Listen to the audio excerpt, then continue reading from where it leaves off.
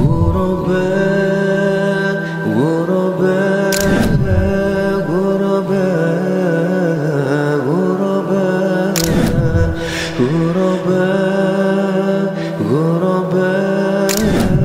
غرباء غرباء غرباء ولغير الله لا نحمل الجباه غرباء وارتضيناها شعارا للحياة اتسل عنا فإنا لا نبالي بالتراب. Bismillahirrahmanirrahim. Assalamualaikum warahmatullahi wabarakatuh. Sahabat muslim, kembali pembubaran kajian Islam dilakukan oleh Banser, sedangkan Banser tidak terpisahkan dari NU. Menariknya, mulai dari organisasi induk hingga sayap organisasi, bahkan pimpinannya seringkali membuat narasi yang konfrontatif dengan pihak lain yang menganut pemahaman Islam yang berbeda. Dan pihak yang paling sering menjadi sasaran mereka adalah kelompok Salafi Wahabi. Penting bagi kita untuk menelusuri sejarah berdirinya NU serta visi misinya. Dari informasi ini kita bisa memahami akar konflik yang sudah sangat lama ini. Dan inilah informasi para peneliti sejarah yang berhasil saya kumpulkan. Di antaranya peneliti Indonesia yaitu Haji Endang Saifuddin Ansori. Beliau menuliskan, pada tanggal 31 Januari 26, Nahdlatul Ulama didirikan di Surabaya di bawah pimpinan Syekh Hasyim Asy'ari sebagai reaksi terhadap gerakan pembaruan yang dibawa oleh Muhammadiyah dan yang lainnya. Kemudian peneliti Belanda yaitu Karel A. Steenbrink mengatakan, bermula dari panitia komite merembuk Hijaz, kemudian dari komite ini pada tanggal 31 Januari 26 didirikanlah Nahdlatul Ulama. Jadi NU memang muncul sebagai gerakan protes terhadap gerakan reformasi, juga dari kebutuhan untuk mempunyai organisasi yang akan membela mazhab Syafi'i dan menyaingi organisasi Muhammadiyah juga Al-Irsyad. Untuk melacak lebih cermat tentang untuk apa sebenarnya NU didirikan, kita simak apa yang ditulis oleh Dr. Deliar Nur. Menurutnya, setelah penghapusan khilafah di Turki, Mesir bermaksud mengadakan kongres tentang khilafah pada bulan Maret tahun 24. Tetapi kongres di Kairo itu ditunda seiring perkembangan di Hijaz yang ternyata Ibnu Sa'ud berhasil mengusir Syarif Hussein dari Mekah tahun 24. Segera setelah menang, pemimpin Wahabi ini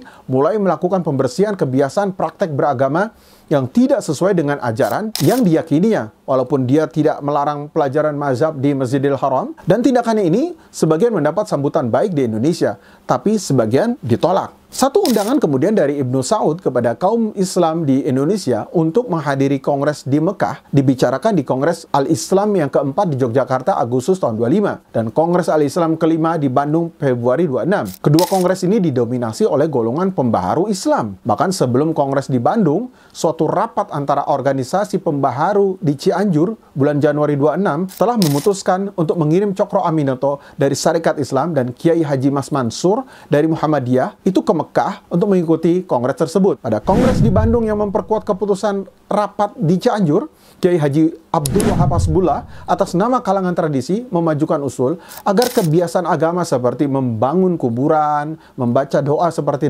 Dalail al-Khairat, ajaran mazhab bisa dihormati oleh kepala negara Arab yang baru tersebut, termasuk di Mekah dan di Madinah. Namun kongres di Bandung itu tidak menyambut baik usul Wahab Hasbullah, sehingga Wahab dan 3 orang penyokongnya keluar dari komite khilafah tersebut. Wahab kemudian mengambil inisiatif mengadakan rapat dengan kalangan ulama sepuh. Mulanya dari ulama dari Surabaya, Semarang, Pasuruan, Lasem, dan Pati. Mereka bersepakat untuk mendirikan suatu panitia yang disebut dengan Komite Merembuk Hijaz. Komite inilah yang diubah menjadi Nahdlatul Ulama di Surabaya tanggal 31 Januari 26. Deliar Nur menjelaskan keprihatinan ulama sepuh NU yang mengatakan Bani Sa'ud itu An-Najdi di zaman dahulu terkenal dengan aliran Wahabi yang dipelopori oleh Muhammad bin Abdul Wahab. Menurut kitab tarikh, belum diketahui dengan pasti aliran apa yang dianut Raja Saud sekarang, kata mereka. Tapi kabar mutawatir menyebutkan mereka merusak kubah-kubah, melarang Dalail al-Khairat, dan yang lainnya. Kita kaum muslimin meskipun kaum tua juga merasa punya hak yang berhubungan dengan tanah suci dalam hal agama. Karena di situ ada kiblat dan tempat kepergian haji kita dan beberapa bekas nabi kita, bahkan kuburannya juga. Walhal kita anggap sunnah muakkad ziarah di mana kubur tersebut. Kemudian rapat komite Hijaz NU pada Januari 26 memutuskan untuk mengirim 2 utusan kepada Raja Ibnu Saud yang terdiri dari Kiai Haji Khalil dari Lasem dan Kiai Haji Abdul Wahab dari Surabaya untuk memastikan dan meminta kepada Ibnu Saud yang pertama, tidak melarang siapapun yang menjalankan mazhab Syafi'i. Yang kedua, melarang atau menghukum siapa saja yang mengganggu atau menghalangi perjalanan mazhab Syafi'i. Yang ketiga, tetap membolehkan ziarah ke Madinah Al-Munawwarah dan ziarah di beberapa kuburnya syuhada dan bekas-bekas mereka itu. Yang keempat, tidak mengganggu orang yang menjalankan wirid atau zikir yang benar, atau wirid untuk membaca dalail al-khairat, atau burdah, atau mengaji kitab fikih mazhab Syafi'i seperti Tuhfah, Nihayah, dan Bajah. Dan kemudian yang kelima, memelihara kubur Rasulullah SAW. Yang keenam, tidak merusak kubah-kubahnya syuhada dan kubahnya aulia atau ulama. Yang ketujuh, mengadakan tarif biaya barang-barang atau orang yang masuk pelabuhan Jeddah dan tarif ongkosnya orang haji mulai Jeddah terus ke Madinah. Yang kedelapan, melarang Syekh Haji Mekah itu turun datang ke tanah Jawa untuk mencari jamaah haji.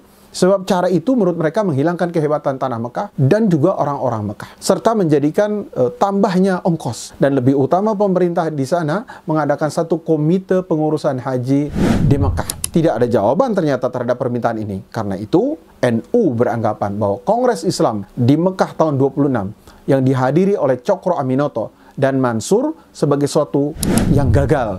Hal ini disebabkan karena tidak ada satupun masalah agama yang diajukan tadi itu dibicarakan. Tidak lama sesudah Kongres Al-Islam yang ke-6 di Surabaya dalam bulan September 26, di mana kongres ini berubah dianggap menjadi cabang kongres di Mekah, NU melahirkan sikap tidak setujunya dengan kongres ini serta terhadap pemerintahan Ibnu Saud. Bahkan NU malah justru menghasut kaum muslimin agar membenci ajaran Wahabi serta penguasanya di tanah suci dan menyarankan orang-orang agar jangan pergi naik haji. Pada Maret 28, NU mengumumkan bahwa Abdul Wahab dan Ustadz Ahmad Ghanaim Al-Amir akan pergi ke Mekah sebagai perutusan, dan Juni 28 mereka diterima oleh Raja. Pada kesempatan itu, kedua utusan meminta kepada Raja Ibnu Saud agar membuat hukum yang tetap di Hijaz. Mereka mohon jawaban terhadap seruan mereka. Dalam jawabannya, berupa surat, Raja menyatakan bahwa perbaikan di Hijaz memang merupakan kewajiban tiap pemerintahan di negeri itu.